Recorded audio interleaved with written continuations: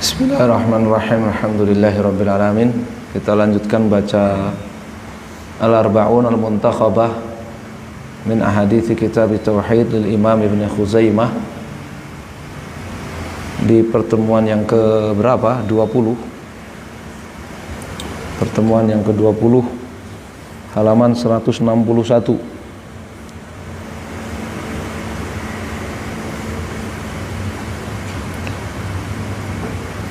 Qala al-muntakhib wafaqahullah babu itsbati syafa'ati li murtakibil kabirati yaumal qiyamati wa annahu tahtal masyiah wa qawlihi ta'ala innallaha la yaghfiru ayyushraka bihi wa yaghfiru ma duna dzalika liman yasha'. Ayat 40 surat An-Nisa.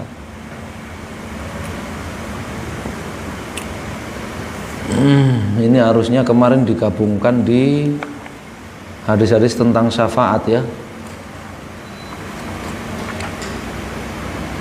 Ya, harusnya digabungkan di hadis-hadis tentang syafaat, hadis nomor 28, 29 ya. Dan 30 harusnya digabungkan di sana. Ya, dalil wajibnya menetapkan adanya syafaat limurtakibil kabirah bagi pelaku dosa besar minal muwahhidin dari kalangan ahli tauhid yaumal qiyamah pada hari kiamat wa anahu dan bahwasannya pelaku dosa besar itu nasibnya tahtal masyiah bergantung kepada kehendak Allah azza wajal. Apabila Allah menghendaki untuk memaafkannya, mengampuninya, maka Allah ampuni. Bila Allah menghendaki untuk memasukkannya ke dalam neraka, maka Allah masukkan ke dalam neraka.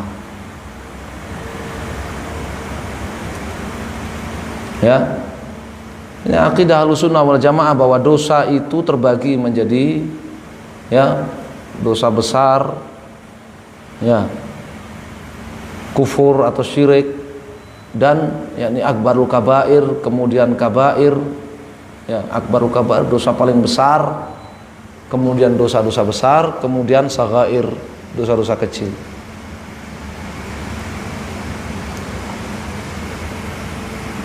Bagaimana kita mengetahui sesuatu itu dosa besar? Apabila perbuatan dosa itu dikecam oleh Allah Subhanahu wa taala dan Rasulnya dengan sangat keras, ditetapkan azabnya atau hukumannya di dunia dan azabnya di akhirat, itu dosa besar ya, termasuk diancam dengan neraka tetapi tidak dikafirkan. Nah, itu dosa besar, diancam neraka tapi tidak dikafirkan oleh Allah dan Rasulnya, itu dosa besar.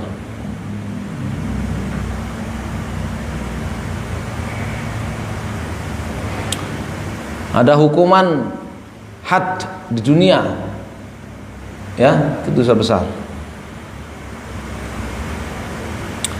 Pelaku dosa besar ini apabila dia mati belum bertaubat dari dosanya, maka di akhirat nanti di hari kiamat nasibnya itu tergantung kepada kehendak Allah azza wajal. Apabila Allah menghendaki untuk mengampuninya, memaafkan dosanya, maka Allah ampuni dosanya. Apabila Allah menghendaki untuk mengazabnya lebih dulu dalam neraka, maka Allah azab, namun kemudian akan dibebaskan dari neraka karena dia ahli tauhid. Dalilnya firman Allah azza wa jalla, innallaha la yaghfiru ayyushraka bihi wa yaghfiru ma duna dzalika liman yasha. Sungguhnya Allah tidak akan mengampuni musyrik, tidak akan mengampuni musyrik yang mati di atas kesyirikannya. Allah tidak akan mengampuni orang musyrik, orang yang mati di atas kesyirikan, dan Allah akan mengampuni dosa-dosa yang selain kesyirikan bagi siapa yang Allah kehendaki. Di syafaat itu termasuk ampunan, wa yaghfiru ma duna dzalika liman yasha, dan Allah akan mengampuni. Ya, masuk di dalam pengampunan Allah itu syafaat. Masuk dalam pengampunan Allah itu apa? Syafaat. Al-hadithul khamis wa thalathun, hadis yang ke-35.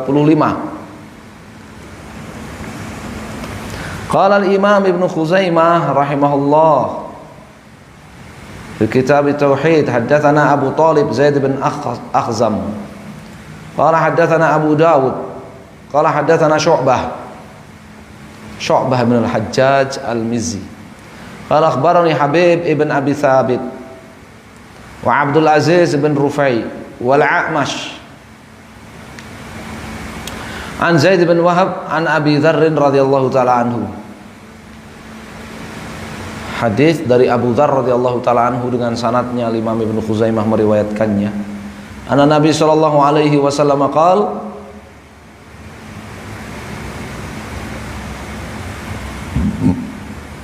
bahwa Nabi sallallahu alaihi wasallam bersabda,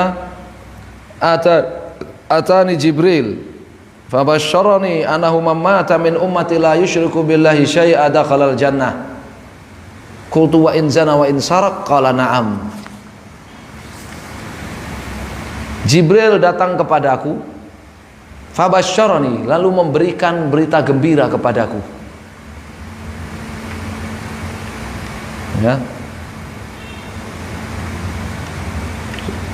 Adab yang sunnah itu begitu.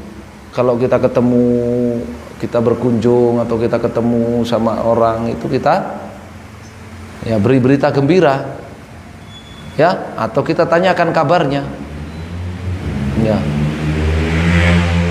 Jangan setiap ketemu yang dikasihkan berita yang sedih-sedih terus ya, sedih dia. Untuk berita yang menakutkan terus ya, takut dia. Kasih berita yang baik-baik, berita gembira. Annahu man mata min ummati, apa berita gembiranya?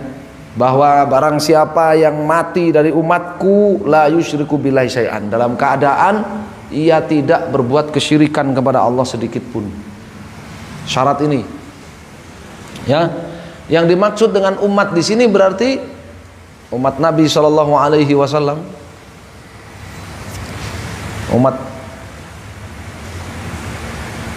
ijabah maupun umat dakwah, yang udah masuk Islam ataupun yang belum masuk Islam, yang sudah masuk Islam. Makanya beliau katakan, siapa yang dari umatku yang mati, dari umatku yang udah masuk Islam, dia mati tidak berbuat kesyirikan kepada Allah sedikit pun. Kalau dia berbuat kesyirikan ya namanya umat dakwah, umat yang masih didakwai.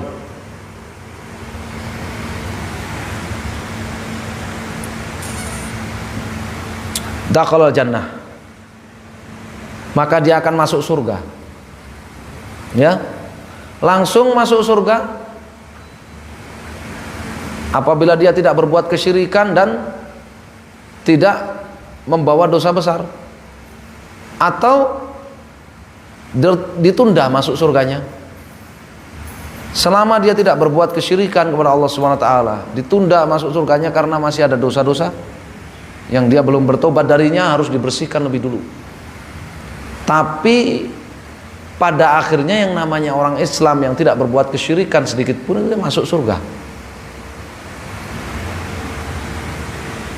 Qultu, kata Abu Dzar, wa in zana wa in sarak ya Rasulullah, meskipun itu orang berzina, orang mencuri, korupsi, selama dia nggak berbuat kesyirikan sampai matinya, nggak ada dosa syirik, dia muslim berzina, dia muslim mencuri, dia muslim korupsi, tapi dia nggak punya dosa kesyirikan sedikit pun, meskipun dia mencuri, meskipun dia berzina ya Rasulullah, dia tetap masuk surga gitu. Qala na'am, kata Nabi, iya, selama dia mati tidak membawa dosa kesyirikan. Maka ini hadis memberi pelajaran keutamaan tauhid, keutamaan tauhid, dan bahwasanya makna tauhid itu ya bukan sekedar beribadah kepada Allah, tapi juga tidak melakukan kesyirikan, tidak melakukan kesyirikan pada Allah.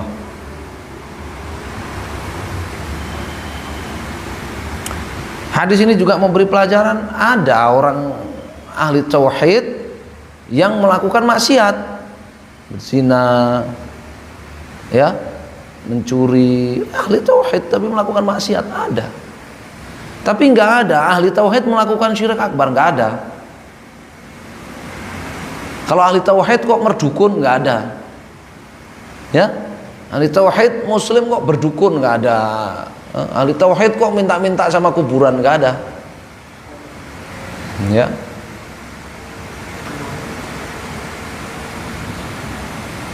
Ahli tauhid kok ikut-ikutan apa? Sedekahan bumi, sedekah laut, nggak ada.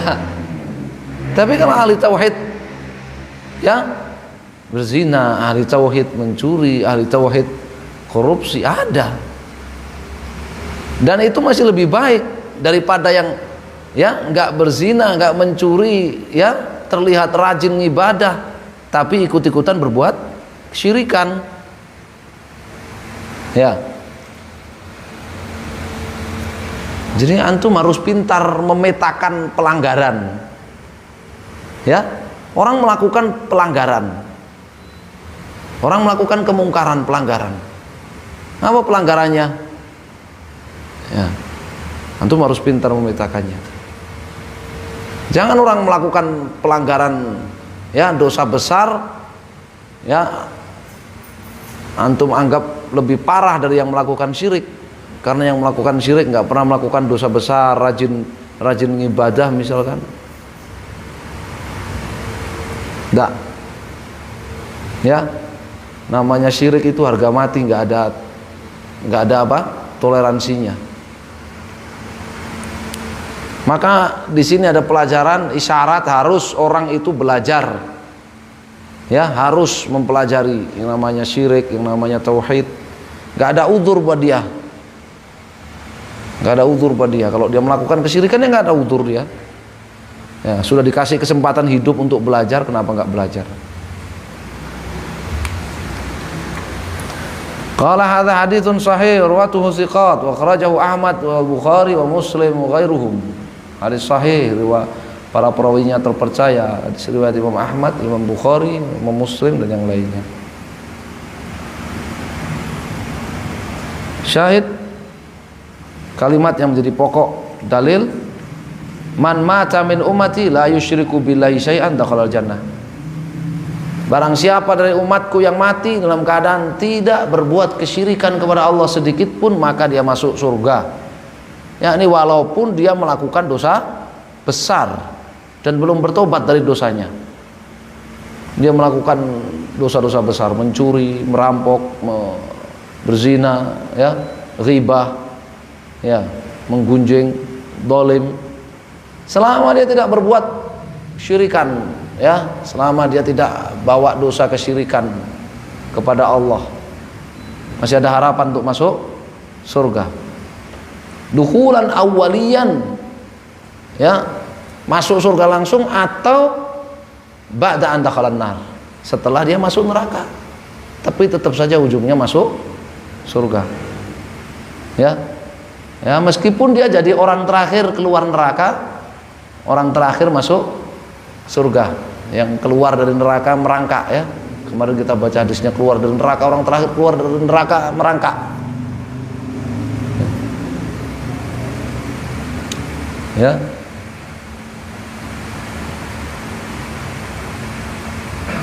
Maksudul bab, pelajaran dari hadis ini, itsbat anna murtakibal kabirah min hadhil ummah tahta masyiatillah yaumal qiyamah.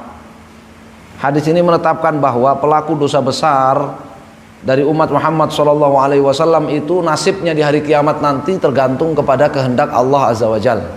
Insya'a afallahu anhu wa adkhalahul jannah. Kalau Allah menghendaki, Allah akan memaafkan dosa-dosanya, mengampuninya dan masukkannya ke dalam surga. Wa insya'adzabahu. Kalau Allah menghendaki yang lain, maka Allah akan mengadabnya la qadri dzunubihi, sesuai kadar dosanya. La yadzlimu rabbuka ahada. Allah enggak akan menzalimi seorang pun. Tsumma yudkhiluhul jannata, kemudian Allah akan memasukkannya ke dalam surga setelah melewati azab. Wala yukhalladu finnar, dan tidak akan dia kekal di dalam neraka, enggak. Dia enggak akan dikekalkan di dalam neraka. Bal yakhruju minha, dia akan keluar dari neraka. Ba'dhum yakhruju minha bi rahmatillah wa tafaddulan minhu subhana. Ada yang keluar dari neraka itu sebab rahmat Allah, sebab kemurahan dari Allah azza wajalla. Jadi para nabi sudah memberi syafaat, para malaikat sudah memberi syafaat, para syuhada sudah memberi syafaat, orang-orang beriman sudah memberi syafaat, semua sudah memberi syafaat. Tapi di neraka masih ada yang orang beriman yang belum keluar dari neraka karena dosa besarnya sangat banyak. Nasallallahu. Maka Allah Subhanahu wa taala yang mengeluarkan mereka dengan rahmat dan kemurahan Allah azza wajalla.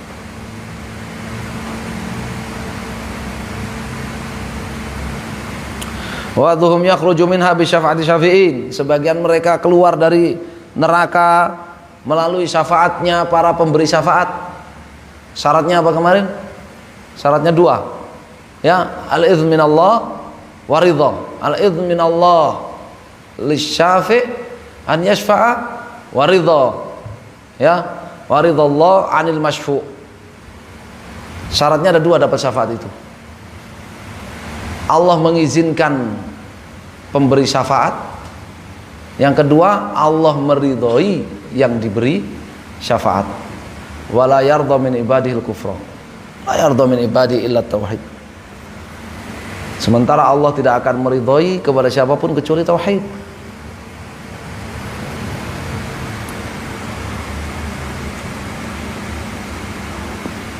Kenapa dia tidak kekal di neraka? Li'annahu min ahli tauhid. Walam yusyrik billahi syai'a. Karena dia itu ahli tauhid, karena dia itu enggak berbuat kesyirikan kepada Allah SWT sedikit pun.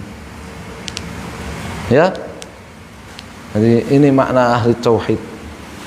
Hadis ini juga memberi pelajaran bahwa ahli tauhid itu bertingkat-tingkat iman mereka. Ya, iman mereka bertingkat-tingkat ahli tauhid itu.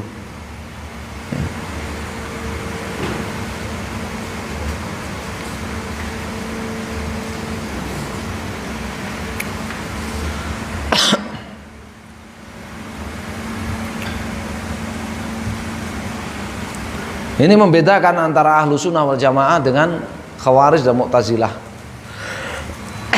Juga membedakannya dengan murjiah. Khawarij dan mu'tazilah, mereka mengkafirkan pelaku dosa besar dan menghukumi pelaku dosa besar kekal di neraka. Sedangkan murjiah, mereka menganggap muslim pelaku syirik akbar. Ya, sehingga pelaku syirik akbar itu menurut mereka layak dapat syafaat, bahkan layak masuk surga.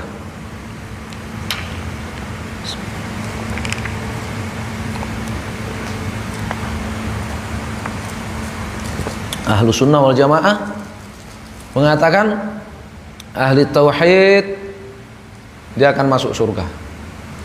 Kalau dia memiliki dosa-dosa besar, maka nasibnya tergantung kepada Allah azza wajalla.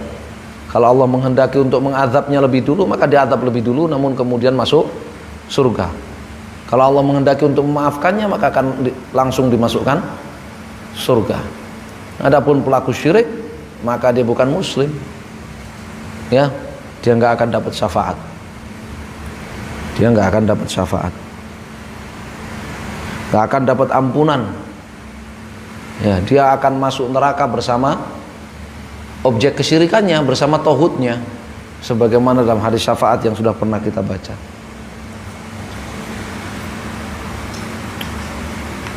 Wallahu a'lam. Naktafi bihadzal qadar, kita cukup baca satu hadis ya. Hadisnya Abu Dzar. Ya, kita baca satu hadisnya Abu Dzar. Sudah sampai hadis yang keberapa kita ini? 35, tinggal 5 hadis lagi. Ramadannya masih lama ini. Tayyib, ala ma yasarallah. Naktafi bihadzal qadar, wallahu taala a'lam, sallallahu ala Muhammadin sallallahu alaihi wasallam. Alhamdulillahirabbil alamin.